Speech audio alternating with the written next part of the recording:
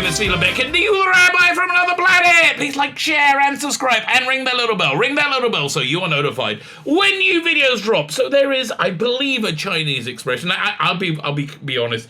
I don't know if it really exists. I heard this like 25 years ago from the rabbi who ran the rabbinical ceremony that I went to quite unexpectedly. That's a whole other story. But he said it was a Chinese expression, and I believed him. I never looked into it. But the expression is, you should live in interesting times. It's exactly a curse that you say you should live in interesting times. And we do live in interesting times. We live in times when I believe our culture is being purposely and systematically dismantled before our eyes, right? I think I think whenever they innocently say, "What? No, we're just reflecting society. We're just being inclusive." No. It's actually an expression of deep hatred of the Western civilization, and I don't really understand it because Western civilization, while not being perfect, has done quite a few good things. Ending slavery, for example. There's been a lot of time, but still, it's the freedoms of Western civilization are not in vogue. I saw this crazy thing by ABC News, and CNN. Talking about how great China was in their 100th anniversary of the Chinese Communist Party. That's a totalitarian regime where they have, I can't say it on YouTube, but they have those camps where people do a lot of concentrating in. But they're really into it. So we do live in interesting times. Now, being on the peripheries of society, as us fans are, because we are, let's be honest, we become much more normal over the last 20 years, right? The meek have inherited the earth. But I think we saw it first, right? Now it's come into mainstream, but we saw it first in our fandoms, right? Every form of fandom, even knitting fandom, was invaded by these crazy people. So now the Normie media, I think about 4 years too late, maybe 3-4 years too late, I guess because they're not obsessed by the former president, who objectively did a far better job than the current one, and they're all kind of shuffling nervously about that right now. And then I was so maybe that's why they're looking at this now. I don't know, but it's always fascinated me when the Normie mainstream media finally wakes up and says something that we've been saying for years. Now, if they can only do that about Israel as well, wow, that's not going to happen. It's not going to happen. Oh, what a great day it'll be. Before we get into it, can you hit the like button? Freaking awesome. I like to be liked. Can you hit the like button? Can you hit the share button? Can you hit that subscribe button? And if you haven't, if you can consider doing that, that'd be great. That'd be fantastic. It's really actually very nice of you. I can't really think of a better pitch. It's very, very nice of you. Thank you very much. It really, really helps me. If you subscribe, please make sure you're still subscribed. YouTube does not like my type of channel. I mean, they give me a platform, so thank you very much.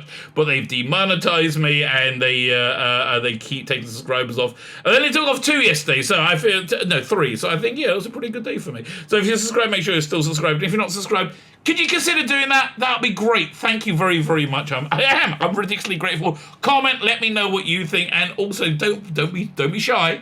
Don't be shy now to go and check out my Indiegogo. Actually, I haven't looked at it for a couple of because I'm so behind, right? I got to update the campaign. So I haven't looked at it for a week. I sold just a few more. We're only about $300 away from $8,000 now, which means everybody gets an upgrade. So what's in the campaign? Very quickly, we have 2 awesome graphic novels. We have biblical Bible stories. So atheists, creatures, rationalists, and rogues. This is very biblically accurate.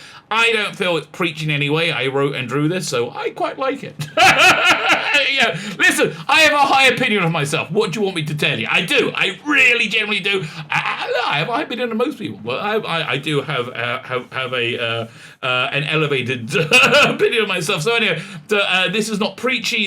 I'm not trying to convince you to be like, oh, I've seen the light. But if you're religious, you'll probably like this too. No, this is just a really good story, right? A really, really good story.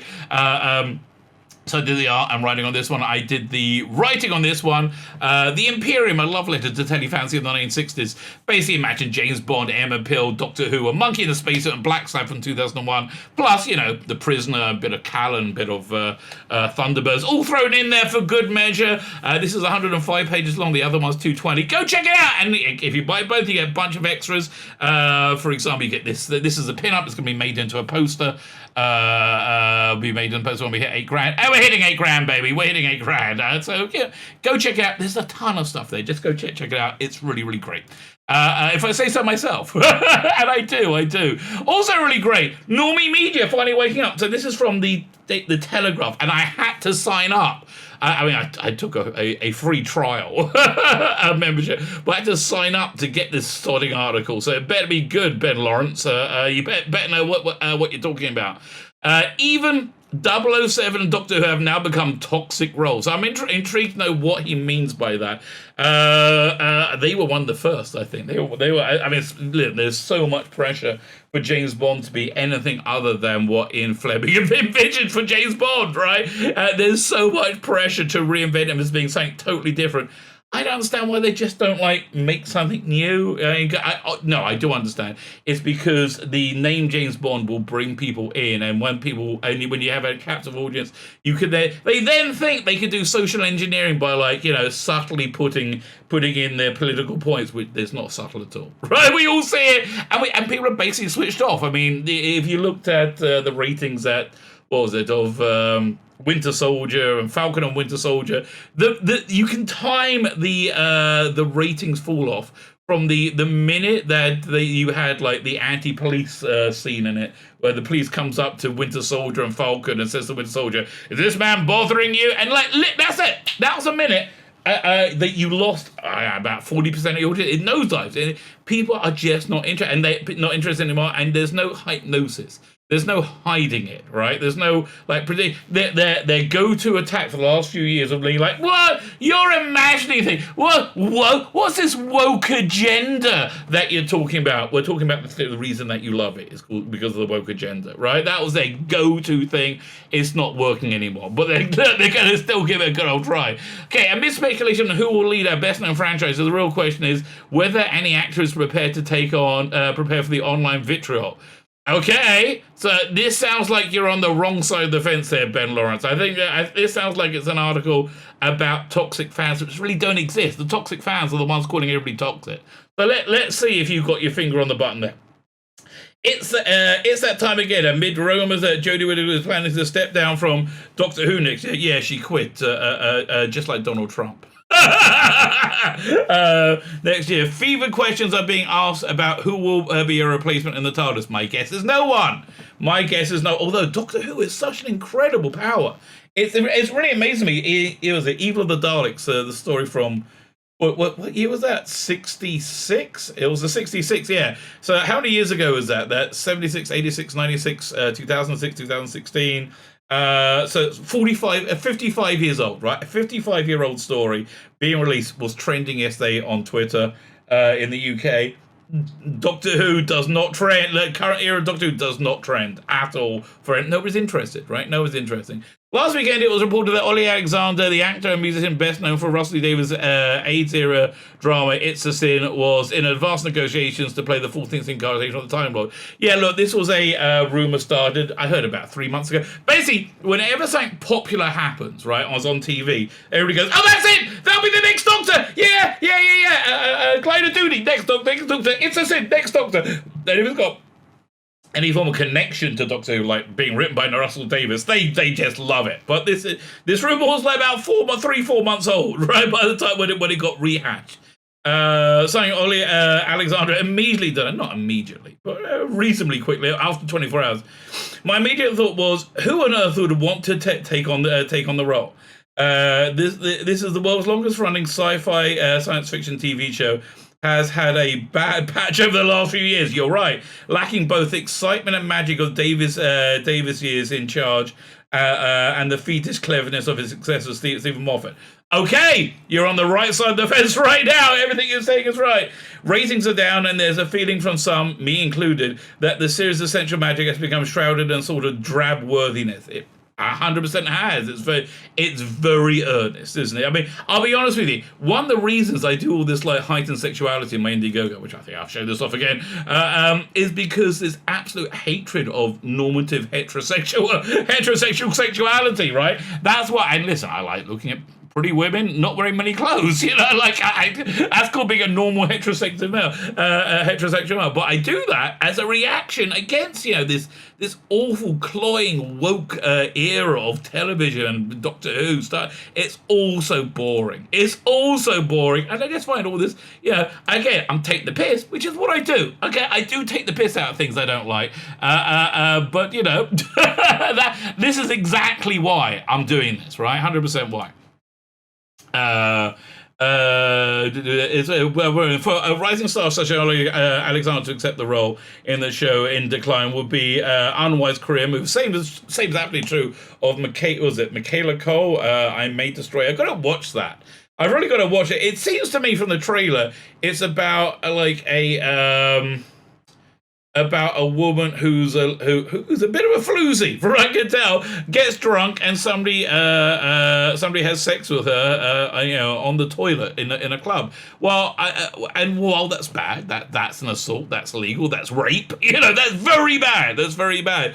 If you walk into a situation where you're going to be where you're heightened to be in danger without taking any precautions, you do bear some culpability. I live in Israel, and if I were to walk down a I want to be clear. Palestinians can go anywhere in Israel, right? Where there are some areas where where everybody has to go through a security barrier to get in, myself included. Palestinians can go anywhere in Israel, basically without fear of being attacked. Now, if I walk down the street in a Palestinian town, I will probably be knifed, right? If I walk around this big Arab Palestinian town like Jenin or somewhere like that and go, hello, do you know where I can find the gefilte fish? Do you know where the Jews are? Hello, I'm a bit Jewy. Yeah, I'm going to get a knife in my chest, right?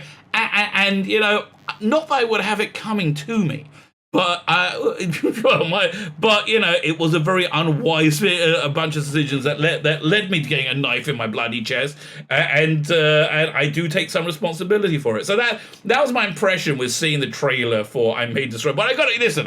Maybe I'm wrong, but listen. When I did my review of It's a Sin, which I freaking loved, it was wonderful. I did reference in it, the cleverness of the title. And one of the references of the title was, yes, that highly sexualized lifestyle of multiple sexual partners with no form of connection to whatsoever. Yes, that's a sin according to biblical morality. Yes, that's not what, and I do think that's self-destructive. I think that's not what sex is for, and I think that will ultimately be bad. So I said that, and people were like, you hate gays. I'm like, what? How'd you come up with that? I don't know. Whatever. So for example, it seems to be unwise. Indeed, the show's position now seems similar to what happened in the 80s, with the last two casts before the show was cancelled. Conor Baker, Felicity McCoy, widely unknown. The news of their casting met with little enthusiasm from fans and critics. Yeah, but here's the thing. I do hear fans of the current era going, well, listen, people didn't like Patrick Troughton when he took over. If the internet was around in '66, then people would have been... Yes, people were quite reserved. They were not happy about this weird change. But then Patrick Troughton won them over. So what? And it took about 2-3 weeks. Now, I came into the Jodie Whittaker era already won over, right? I just assumed it would be good. I did. I just assumed it would be good. I didn't realize how bad it would be. And it's just exceeded any expectation and suck that I could possibly imagine. She did the exact... I'm sorry that she failed, right? Yeah, I'm sorry she failed. But there's another reason why an actor would approach the role with caution. The gender-bending, age-defying timeline has now become a casualty of the social media age, to the extent that any announcement is going to be met with a backlash. That's true. That's very true. I can't disagree with this guy at all. Doctor Who's adaptability, ironically, also puts it in the firing line for those who think, for example, the next incumbent of the TARDIS should, or more importantly, shouldn't be played by a non-white actor or an actor from the LGBT community. Yeah, all these things are irrelevancies, right? Community. In one corner, the accusation of tokenism. It's exactly it. The other, the gripe that that one minority is favoured over another. Yes. Well, but they seem to be the same corner, right? Don't they? I don't know. Today, it feels as though any high-profile role, particularly one which comes with a ready-made fan base, may prove toxic for an actor to take on. You know what? I think if somebody takes it on genuinely, I was thinking the other day. Let's say Jodie Whittaker leaves and Chris Chibnall stays. Will that be any better or worse? Maybe say no, it'll be exactly the same. I'm not sure. I think it'll be awful. I think it'll still be bad, but I think it'll be better, and here's why. I think if you have an actor who's engaged and loves the role and really understands it, it's going to just make it a lot easier. And the reason I think that is because of Sacha Dhawan's portrayal of the Master, which I don't think has been very good, quite frankly. Right? I do think he's a good actor, and I think he's had a lot of fun with the materials given. He's just given very poor material. But whenever you see him talk about the role, like he's on the Blu-ray releases on the what's it called again? Behind the TARDIS, behind the sofa. Basically, you have people rewatch an episode, and you have different eclectic groups. The one group is Sacha Dhawan and his wife. I had no idea. Angeline Mohindri from Sarah Jane Adventure, who is gorgeous. Oh my God! I remember her being pretty. She is like stunning now. It's just my editorial thoughts on the matter. But like when he speaks about the role, you can tell his thought process and actual love for it. And I think somebody doing that, because Whittaker just doesn't have that. I don't think she's smart enough. I'm sorry to say, I just don't think she's smart enough to be able to pull off the role. So I think she would be better. I think she having an actor who is engaged and understands it would be better, even though the stories will still probably be bad. This is nothing new. I remember when the great Norma Dumb as Winnie was announced. Who's Norma does it? As announced as Hermione in the Western production of Harry Potter and the Cursed Child. So that's an interesting comparison, right? That is an interesting comparison. She's a black actress, and we all have in a headcanon that Hermione's white.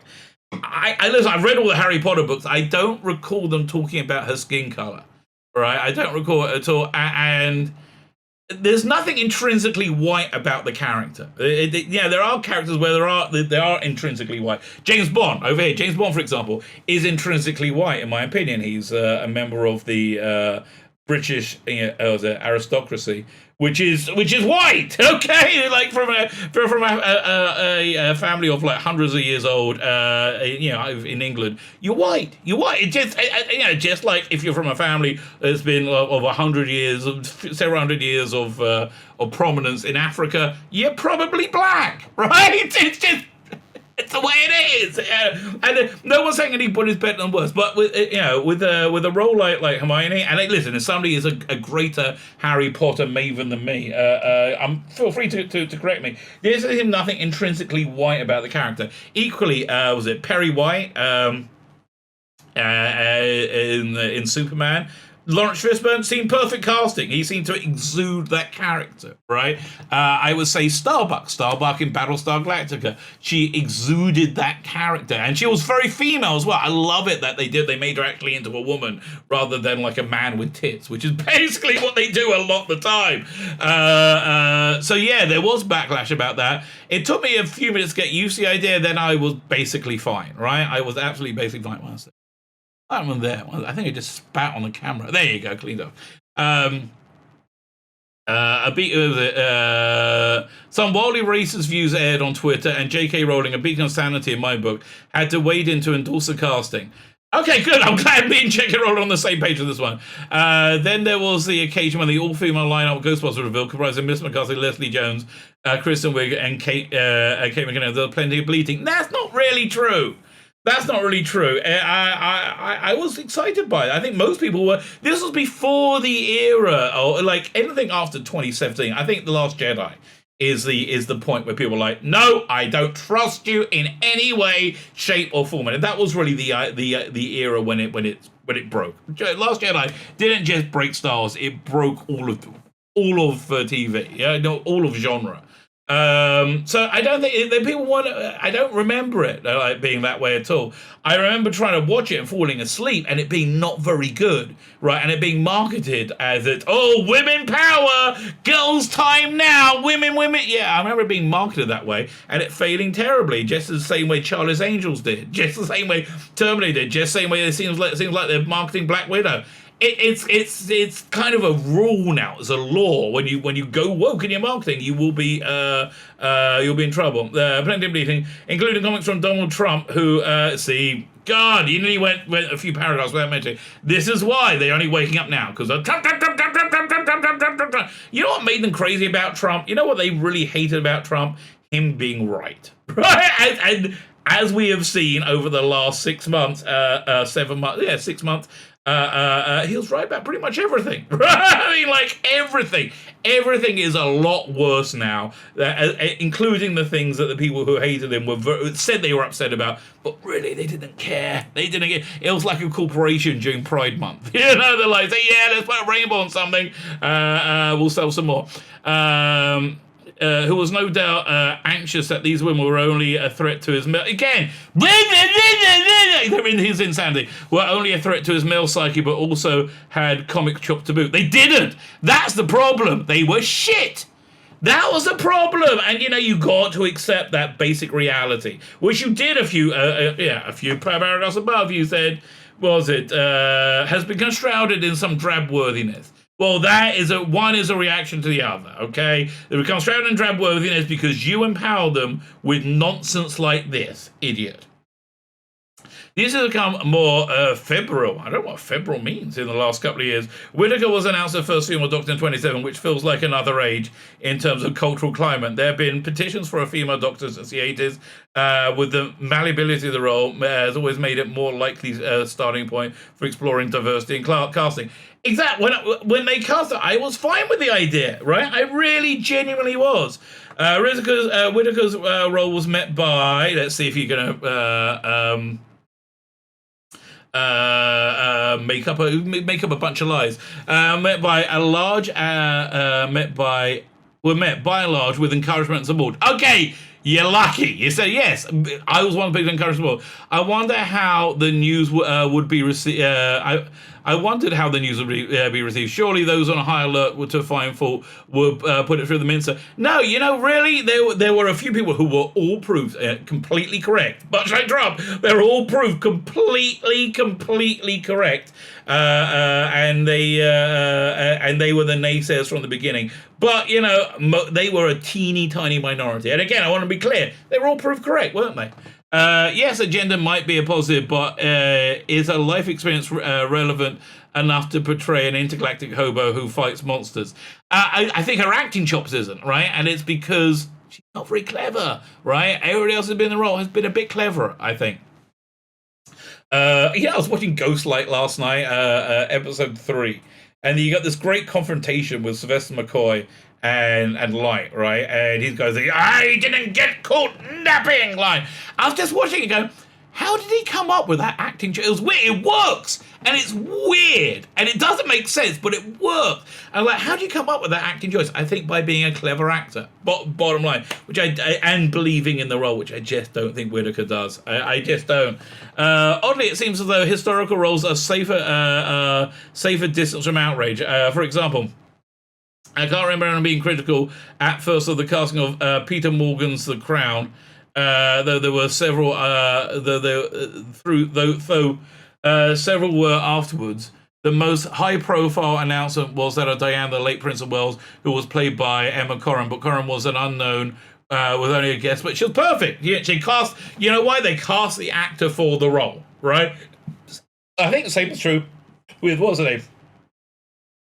What's her name? Foy. Whoever played the played the Queen in the first couple of seasons. She was fantastic. And people are saying, oh, she got paid less than Matt Smith.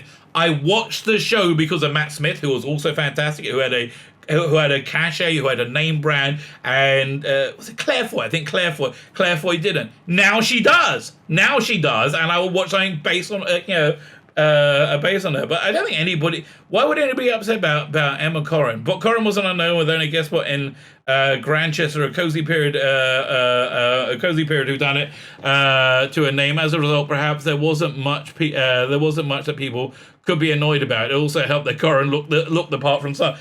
I don't know how this is comparable in any way, but whatever. So aside from your little Trump derangement syndrome in the middle, which you just got to put in, right? Which is the reason this happens. The reason all this is going down is because of your Trump derangement syndrome.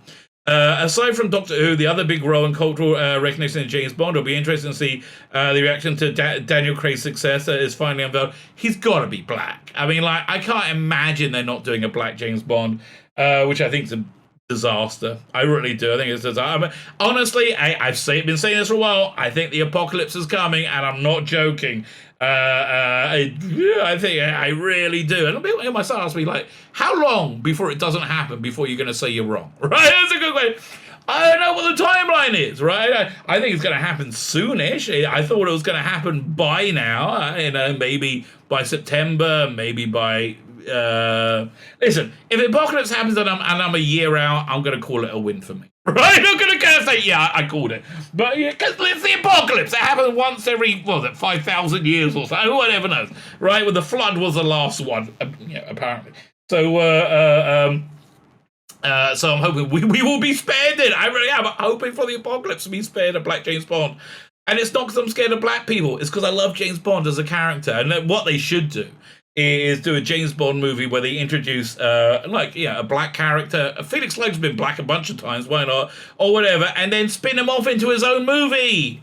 Do it organically. When you do it organically, you have freedom to write something to that actor, to that character's strength. The best example is Watchmen. Watchmen by Alan Moore. He wanted to use a bunch of superheroes, but they will have plans for them, the Cholton superheroes. So he just took the essence of them and made his own versions, and it was a lot better for it because he gave them creative freedom, right? Craig, for whom this year's No Time to Die will be the last outing, has been in the role for what seems like an eternity. Well, the world has changed many times over. Since 2006.